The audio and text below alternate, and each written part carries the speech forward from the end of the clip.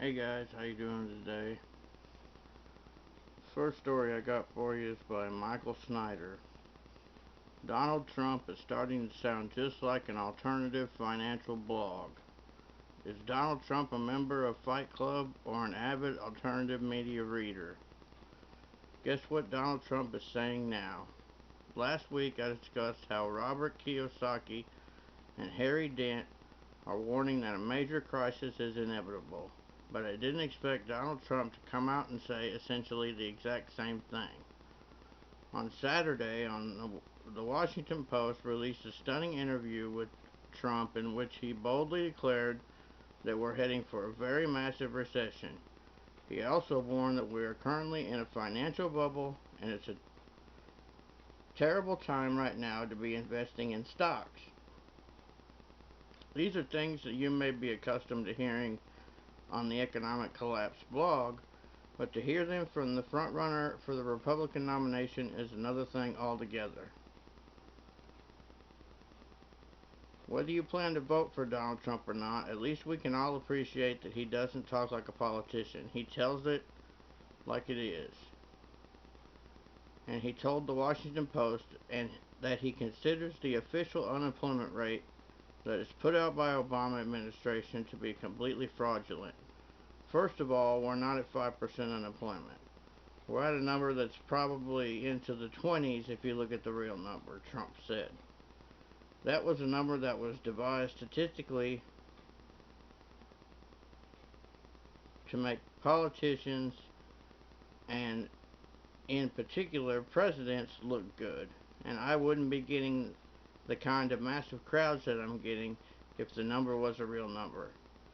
And before you dismiss this, perhaps you should consider the Federal Reserve also considers the government unemployment number to be so inaccurate that they secretly have been calculating the unemployment rate on their own.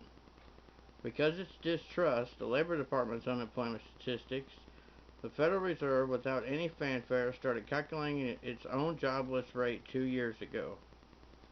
And the Fed's calculation, called the Labor Market Conditions Index, or LMCI, shows that the U.S. unemployment rate in February was 5.8%. That's much higher than the 4.9% official jobless rate reported by the Labor Department. Of course, if truly honest numbers were being used, the unemployment rate would not be anywhere close to this range. According to John Williams of ShadowStats.com, the broadest measure of unemployment is currently sitting at 22.9%. And just last week, I showed my readers that 23.2% of all Americans in their prime working years do not have a job right now, and that inactivity rates for both men and women in the U.S. are currently far higher than they were during the last recession. So when Donald Trump says that we are at an unemployment number that's probably into the 20s, I would have to rate that statement mostly true. Of course, things are about to get a whole lot worse, according to Challenger and Gray Christmas. Job cut announcements by major firms were up 32% during the first quarter of 2016 compared to the first quarter of 2015. When big corporations are doing well, sorry, I lost my place. Clicked too many times.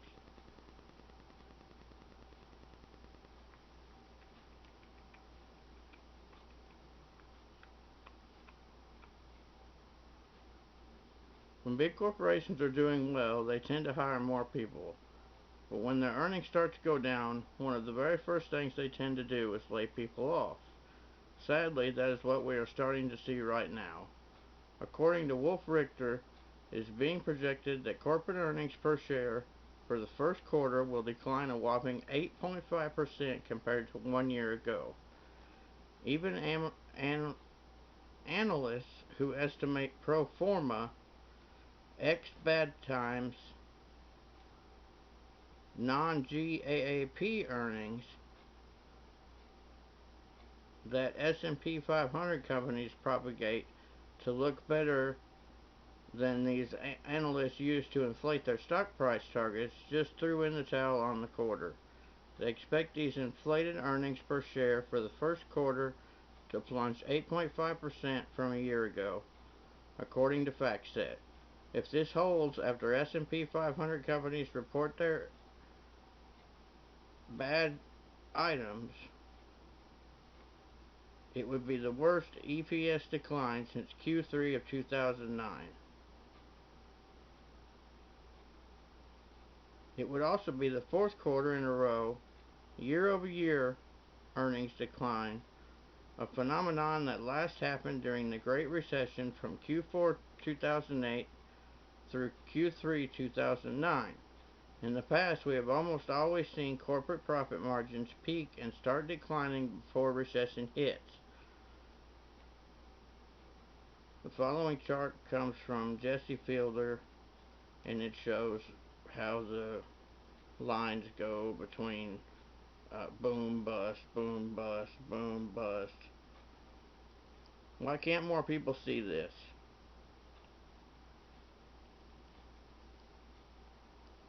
For months,